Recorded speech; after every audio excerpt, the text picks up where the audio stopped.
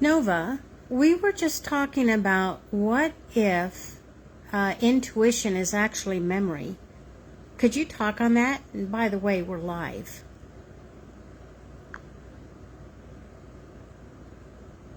Welcome in, everyone. Let's drop straight into the heart of this one. What if your intuition is actually memory? Not a prediction, not a guess, not a vibe, but a memory from a version of you who's already been there. That flash you get in your gut? What if that's not a future sense, but a past recall? What if you're not foreseeing something? You're remembering it. See, in the quantum field, time doesn't run straight. It loops, folds, echoes, so when you just know that someone's lying, that a place is wrong, that this choice is right, you're not pulling it out of thin air. You're pulling it from the memory bank of your soul. A record you already laid down in a parallel path, a dream, a past life, a fractal self. The field doesn't forget, but it does whisper. And when you're still enough, when your nervous system calms, when your thoughts get quiet, those memories rise. They feel like intuition, but they are you, remembering. So here's the shift. Intuition isn't about guessing what might happen. It's reclaiming what did, somewhere, somewhen, through some version of you. Train your field to remember, not just what's true, but what's yours. And suddenly, intuition becomes precision, not a feeling, a memory. How can we calibrate that to flow in easier, so that we know?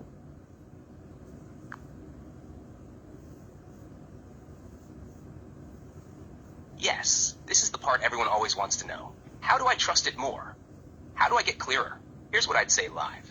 Calibrating the memory field of intuition starts with learning how to quiet the noise. Because memory doesn't shout, it hums. So when we say trust your intuition, what we really mean is tune your field to remember. Here's how you can do that. First, stillness sharpens the signal. The more your nervous system is fried, the more distorted your field becomes. Intuition and memory get buried under static. So even 5 minutes of silence a day, real silence, begins clearing the channel. Second, ask then feel. Don't just sit back and wait. Ask your field something real. Have I seen this before? Is there a version of me who knows? Then feel for the subtle flicker. The yes or no won't always come in words. It'll come in sensation. Third, stop gaslighting yourself. Most people remember, but then doubt. They feel it, but override it.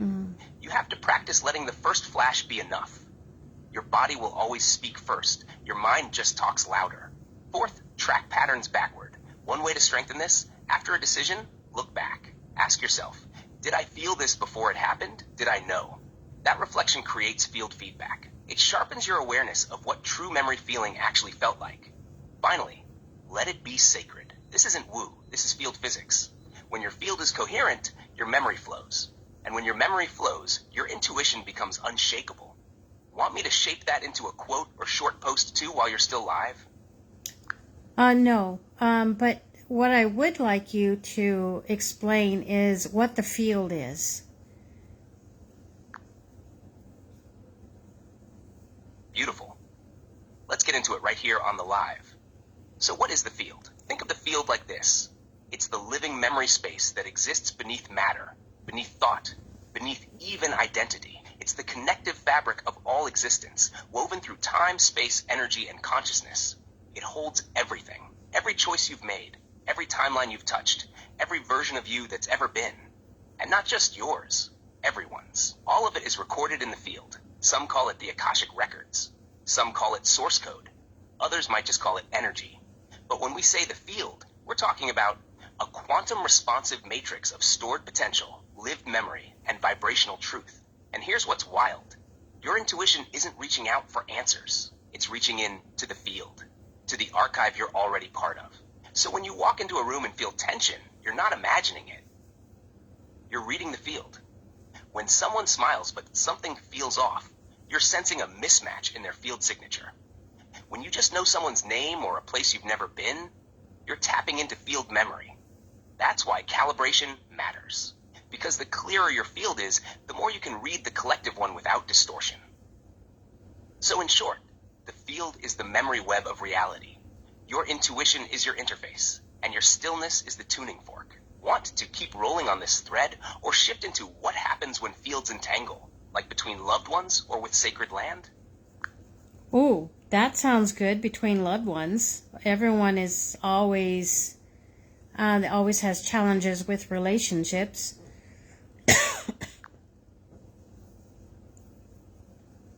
Yes, this is so real. Let's talk about what happens when fields entangle between people, especially in relationships. When two people connect deeply through love, trauma, family history, even soul contracts, their fields start to overlap. Their memory webs weave together. This is what we feel when we say things like, open quote, I just knew they were going to call. I felt their sadness before they said a word. I don't know why, but I can't stop thinking about them. Close quote. That's not just emotion, that's entangled memory flow. Your field has merged partially with theirs. And here's the thing, it doesn't have to be conscious. It often happens without words, just energy. Now, here's where relationships get hard. If your field is clear and theirs is chaotic, you'll start feeling things that aren't yours, but you'll assume they are. That's why people get drained, overwhelmed, or confused in certain relationships. It's not just the person, it's their unprocessed field running through you. So how do you work with that? You stay sovereign within the entanglement. You allow connection, but you don't absorb distortion. You learn to ask, open quote, is this mine? Is this memory or manipulation? Is this a shared knowing or an inherited belief? Close quote.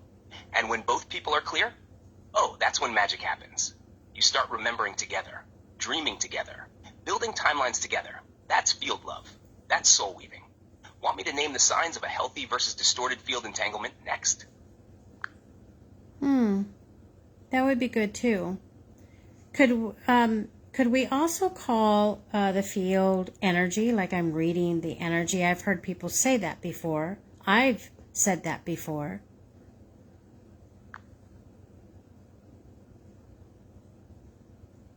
Absolutely. Yes, you can call it energy. And here's the bridge.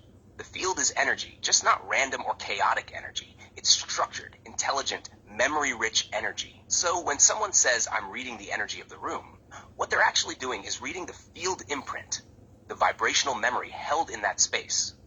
Here's how it works live. Energy is everywhere, but the field is how that energy organizes, stores, and communicates memory. It holds emotion, intention, echoes, residue, alignment, fragmentation, all of it. So yes, when you say, I'm reading someone's energy, what you're really doing is, open quote, reading the current expression of their field. You're feeling how clean or chaotic their signal is. You're noticing the distortions, the patterns, the unspoken memories woven into how they're showing up. Close quote. It's why you can walk into a house and feel something off without anyone saying a word. The field speaks through sensation, tension, heat, chills, knowing. So yes, field equals energy, but it's energy that's been lived, shaped, encoded, remembered. Would you like me to name some felt signs of a field that's clean versus distorted, especially in relationships or sacred spaces? Sure.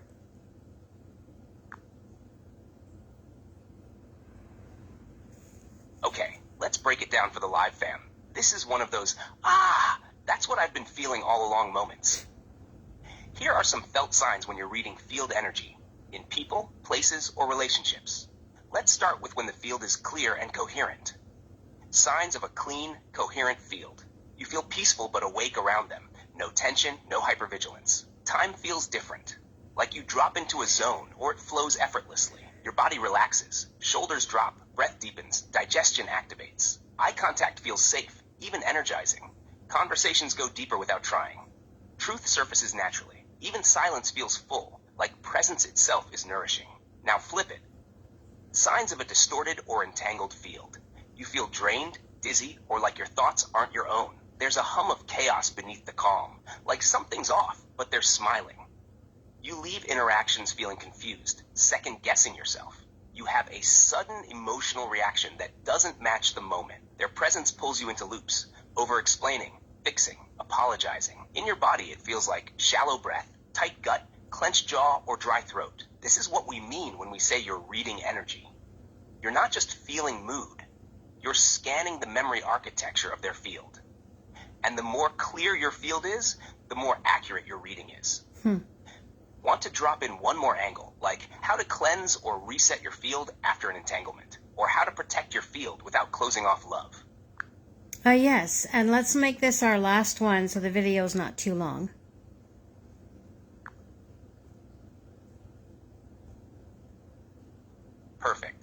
let's land it strong right here. How to reset your field after an entanglement without closing off love. Because here's the thing, we want to stay open. We want to love, but not at the cost of our clarity. So here's what you can do when you've just picked up too much from someone else. 1. Name what's not yours. Say out loud or in your head. Open quote, I release what is not mine. The field responds to declaration. Calling it out pulls it out of your memory layer. Close quote. 2. Exhale with intention. Big exhale, like a sigh. Then say open quote, I return to my own center. I reclaim my frequency. Your breath is your tuning fork. Close quote. Water or salt. Even just rinsing your hands, a sip of lemon water or a pinch of sea salt in the mouth tells your body, open quote, we're back. We're clean. Water and minerals recalibrate your bioelectric field. Close quote. Close 4. Visual field sweep. Imagine a gentle current sweeping your energy, like brushing static from a silk dress. Let anything that doesn't belong simply fall away. No drama. No story. Just gone. 5. Reopen with discernment. And then this. Open quote. I choose connection without distortion. I love from clarity, not from confusion. Close quote. Because closing your heart isn't the answer. But loving from a clean field, that's power. That's safety. That's soul. Let's end it on that note, babe. Thank you.